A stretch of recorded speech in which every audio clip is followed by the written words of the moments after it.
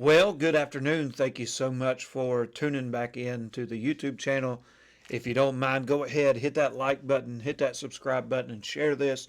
I believe this one will be a big help to us, and honestly, in our Christian walk and in our day-to-day lives, I believe that what we're going to look at tonight or today will be a big help to us, and it'll be a help to you as well, and even for myself, that I keep this very thing in the forefront of my mind, that I remember to heed the advice of one of Solomon. So I want you to look with me at Proverbs chapter number 1. If you got your Bible, go ahead and turn to the book of Proverbs and chapter number 1. And as you're turning there, I do want to ask you, we have revival here at Antioch Independent Bible Church coming up in a little less than a month now, April 21st through the 23rd, with Brother Travis Curlock. And I just ask you, if you would, just be in prayer for that God would move in a mighty way there. But Proverbs chapter number 1, I want us to look at verse number 10, and I want us to see this very thing. It says, "My son, if sinners entice thee, consent thou not." Don't listen to them. I mean, if these sinners are going to come into your life and they're going to begin to give you advice, then don't even listen to these people. And I believe, as we look at Solomon, who is outside of Christ, the wisest man in the Bible, he says that if these sinners are going to come in and they're going to begin to speak to you, they're going to begin to give advice to you on how you need to live your life, what you need to do, don't even listen to it. Don't listen to it. And I think that's a big problem that we have in, if we wanted to go into the circles of Christianity today and in our churches, is a lot of our young people, teenagers and even middle-aged adults in this social media aged world, that there are so many influences out there. And I think that's probably why they're given the term influencers, is because they are influencing the culture around us. And a lot of the problems that our teenagers, young kids, and even my aged adults, middle-aged adults, or younger adults have the problem of listening to all these outside influences, and they begin to hear these things and they begin to listen to them. And one of the biggest problems, especially about what we're going to look at right here, is that they're listening to people who claim to know God, who claim to love Jesus, but they're preaching a whole nother Jesus. They're preaching a whole nother God. And we've been looking at that within our church on Sunday nights in the book of Jude, how these people come in, they creep in unawares, and they begin to pull the people away. And Paul even talks about it in Galatians chapter number 1. If you go to Galatians 1 and you read about how the church at Galatia had, or Paul is warning the church at Galatia, that if any other man or any angel preach another gospel to you, let him be accursed. And there's a lot of people that, what Paul tells Timothy, they have a form of godliness, but they deny the power thereof. And as we look at the world today, there's a lot of these outside influences that are beginning to entice people. And what they do is they try to compromise the beliefs of people who are sound biblically. Well, you're just being judgmental. Well, you're just being hateful. You're being a bigot. You're being one of their favorite terms to throw around is the term of legalist. And what they don't even understand is what the definition of legalism truly is. Because legalism is not somebody that has standards or convictions that are up here. Now, understand, I have some convictions that are my convictions that I cannot put on everybody else.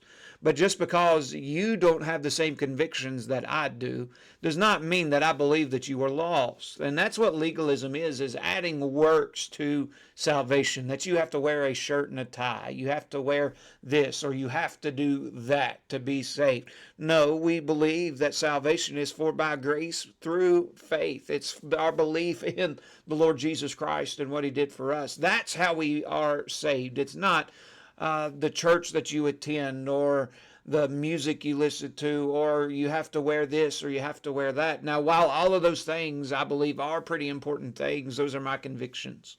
And that is the term that they like to throw around, is this thing of legalism. But the reason that they do it is because they're doing what Jude talks about. They're turning the grace of God into lasciviousness.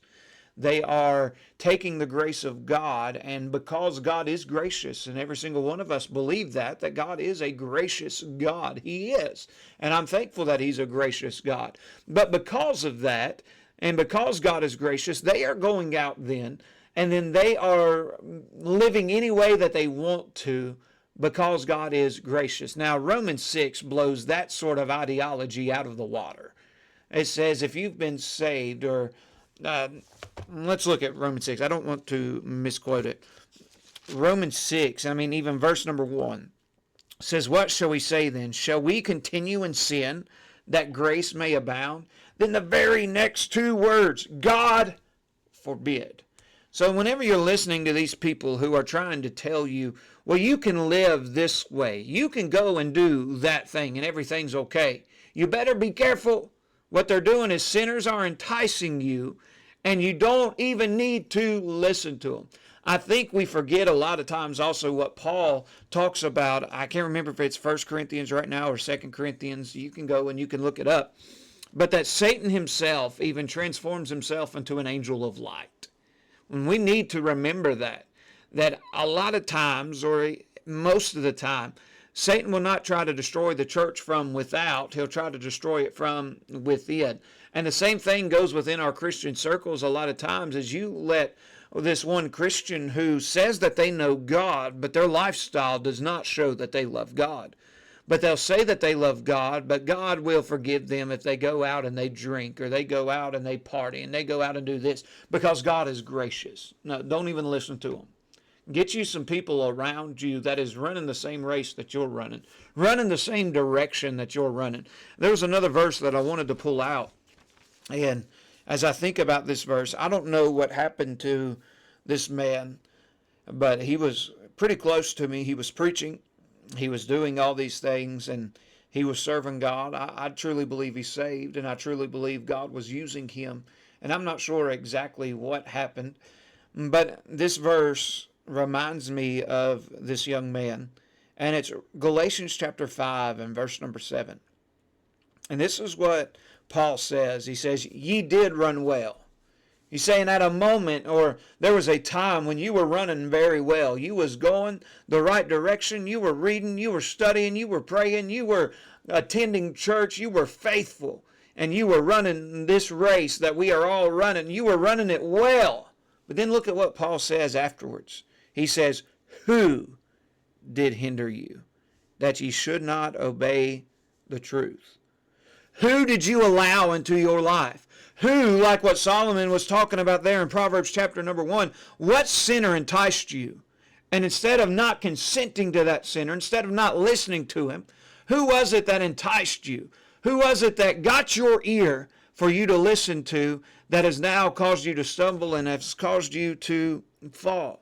Who is it that hindered you? And this is something that we need to understand as Christians, is our circle of influence. Who are we allowing to influence our lives? Who is it that we are allowing to speak into our lives? Who is it that we are listening to what they say and their advice, and we're heeding that?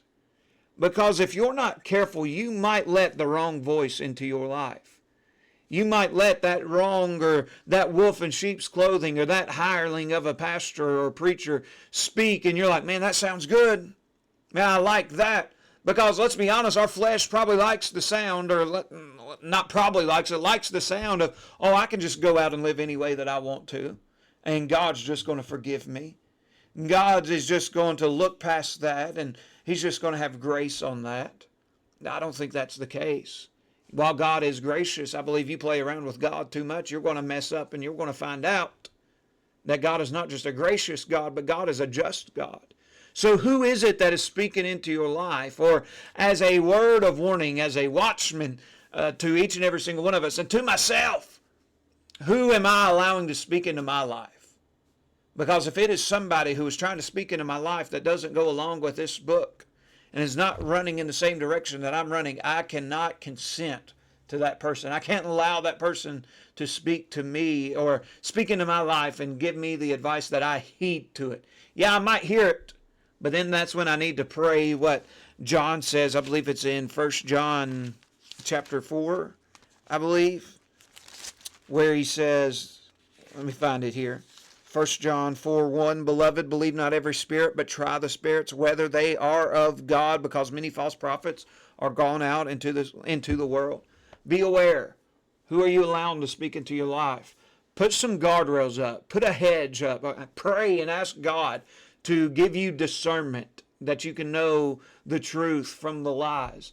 Ask God to give you boldness and courage to stand up for yourself, to give you the courage to stand up against those who are trying to lead you down a wrong path. Are people going to call you names and probably call you a bigot and probably call you a righteous Pharisee? Sure, they probably will. But the thing is I am not willing to compromise on my walk with God to appease to the world. So again, what Solomon tells his son, my son, if sinners entice thee, consent thou not. Who are you allowing to speak into your life? Who is it that's got your ear? Be aware, because they might not have your good in their hearts or have your good in their minds. They might be speaking some things that is going to end up being detrimental to your walk with God. So just be aware of that as you go out into this social media world and even the churches and the people around in the world that we live in today. Just be careful who you're allowing to speak into your life. Thank you so much for watching. Again, please be sure to hit that like button and subscribe. Thank you so much, and I hope you have a blessed rest of your day.